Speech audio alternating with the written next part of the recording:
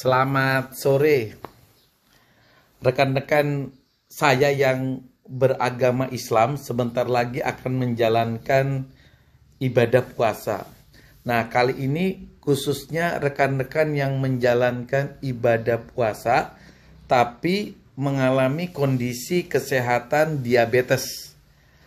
Ada beberapa yang dokter akan bahas. Pertama, makanan-makanan di saat buka dan sahur, dan juga obat-obatan yang digunakan, bagaimana kita mengaturnya selama menjalani ibadah puasa.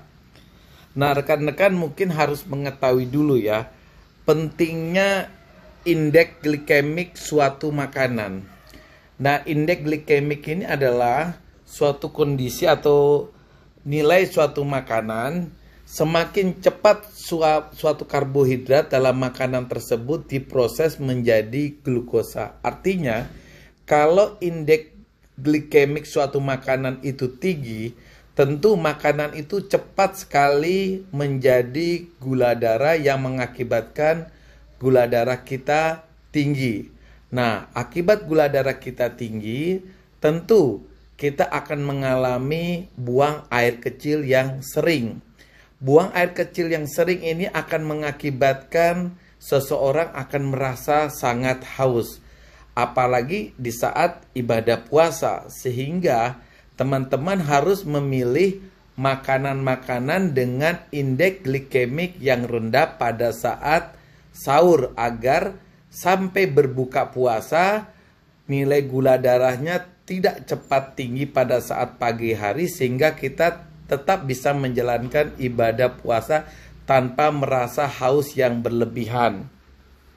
Nah, dokter akan membagi atau memang ada pembagian ya, indeks glikemik itu menjadi 3 bagian. Pertama, makanan dengan indeks glikemik yang rendah. Artinya nilainya di bawah 55. Kemudian dengan indeks glikemik sedang antara 56 sampai 69, dan makanan dengan indeks glikemik tinggi di atas 70.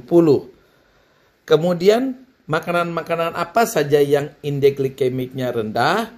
Misalnya kacang kedelai itu indeks glikemiknya 16, kemudian jelai 28, wortel 34, susu full fat itu 38, apel dengan indeks glikemik 36, kurma 42, jeruk 43, pisang indeks glikemiknya 50, mie telur, makaroni, gandum utuh juga nilainya berkisar 50. Nah, makanan-makanan ini dengan indeks glikemik rendah disarankan untuk mereka yang menjalankan ibadah puasa untuk makanan-makanan sahur.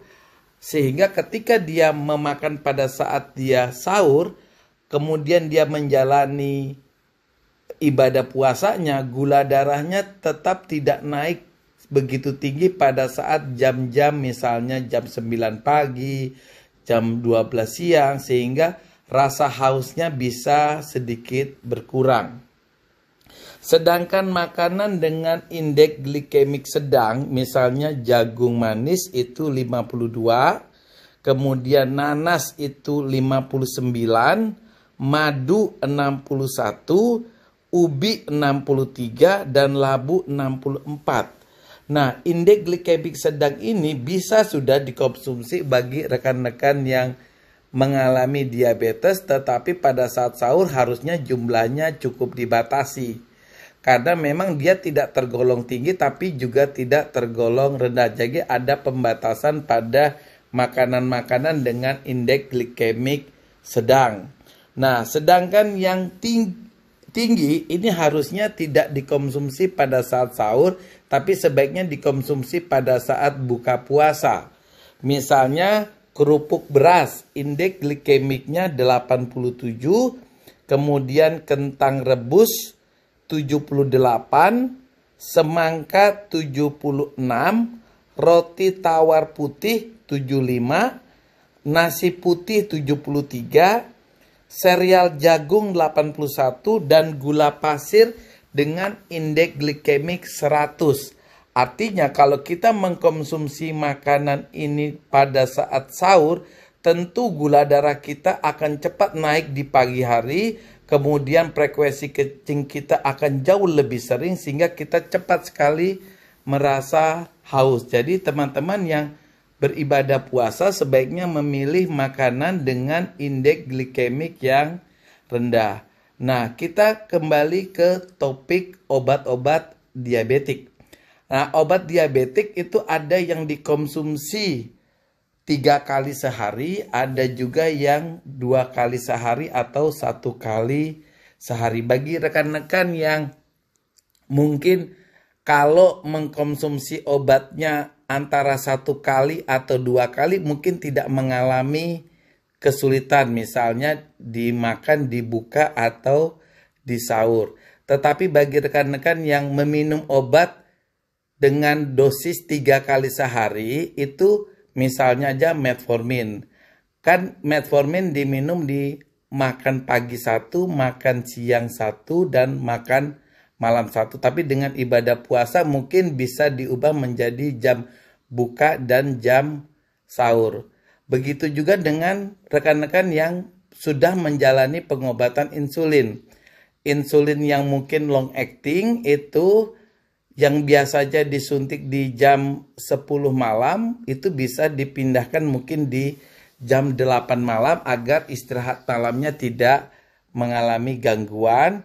Kemudian yang insulin yang rapid atau yang insulin makan itu diubah di jam buka dan jam sahur. Biasanya juga seorang penderita diabetes itu juga menggunakan obat-obat tertentu seperti obat tekanan darah. Di sini kalau penggunaannya 3 kali sehari, misalnya penggunaan captopril ya, biasanya kan dosisnya ada yang diberikan 3 kali sehari, itu mungkin sementara diubah menjadi obat seperti misalnya pakai lisinopril atau kadesartan yang penggunaannya cukup sekali sehari, bisa dilakukan di buka puasa atau di makan sahur.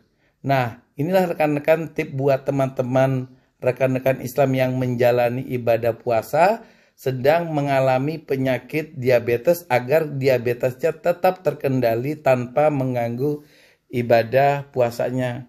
Bye.